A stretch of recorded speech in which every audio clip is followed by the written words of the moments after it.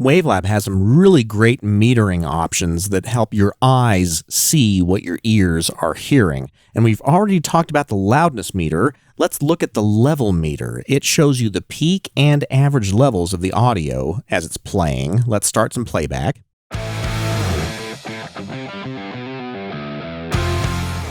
It also shows you the energy of the panning. So when the guitar is playing on the right channel, you can see most of the energy goes over into that right side of the pan, and it shows you the differences in the energy of the audio on both the left and right hand channels, as well as the difference here with this little meter in green at the bottom. And like I said, it shows you the peak meter and the average meter for both the left and right channels. Then there's the live spectrogram, which shows you a spectrogram of the audio for both the left and right channels. There's actually an easier way to see what's happening in relation to the audio file, and I'll show that to you in just a moment.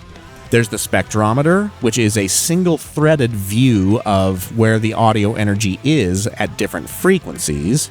There's the spectroscope, which is a very useful tool. You can kind of see that both the left and right channels have a wedge shape. It starts down here and then gets really high around this region and then starts to slope off quite a bit. That's a really normal looking shape for pop music, is that wedge.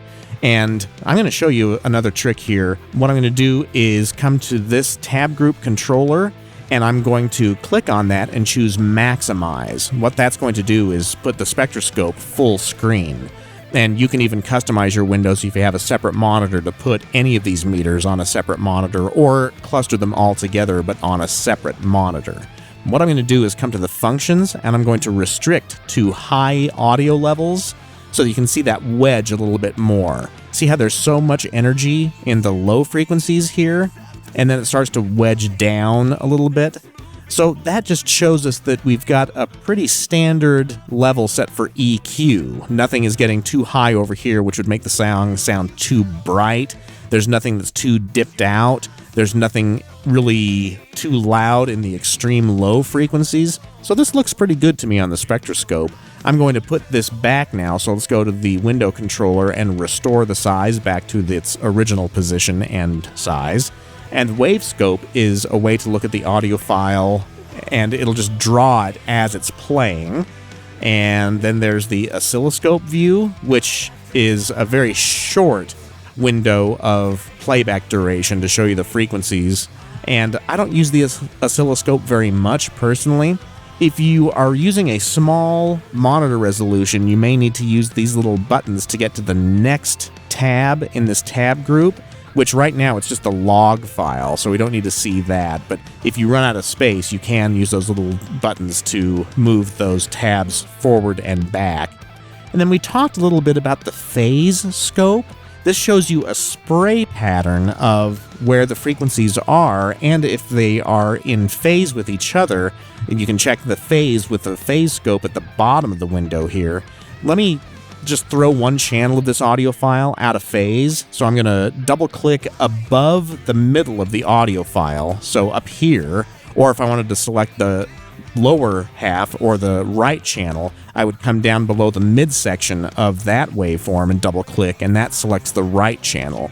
If I want to double click both, then I just go in between both of those audio files and double click. But I'm going to invert the phase of just one channel of this audio file, so let's double click the right channel, and then on the process tab I'm going to choose invert phase. Let me get some audio playing right here though. So when I click invert phase, it's going to throw that left channel out of phase. Now look at how different the phase scope looks. It's now sitting on its side instead of vertically, and the phase scope is way into the negative region. And anytime you see that, it means that you probably have a phase problem, and you can also monitor for phase by coming to the master levels and choose the audio channel monitoring. So when you click on that, you can mix it to mono. Listen to what happens to the audio. Well, that sounds very wrong, doesn't it? And the reason why is because we've got one channel out of phase. Let's use the history to go back before we inverted that phase. Now when we hear it in mono, it sounds normal, but in mono, and the phase scope now shows us a mono playback.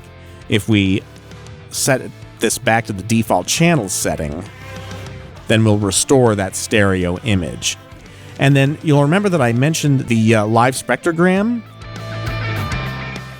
And this shows you a spectrogram of the audio during playback, but there's something else that you can do. In the lower left-hand corner of the audio editor, there's a waveform view. There's also a spectrogram view. Sometimes that'll take just a second to draw, but this shows you a spectrogram where the brighter blue areas show more energy in different frequencies.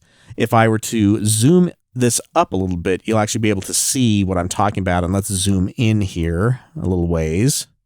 Actually, what'll be really descriptive is if we look at the beginning of this file. Oh, let's start the playback right here. So there's the bass drum in the low frequencies.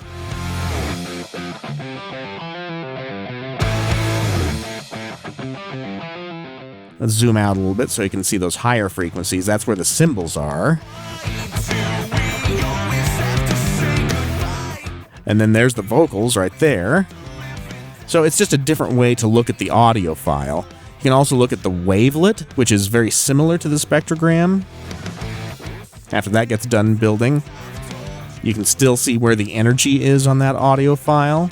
And then there's a loudness over time. This is a very cool thing. Let me zoom this out.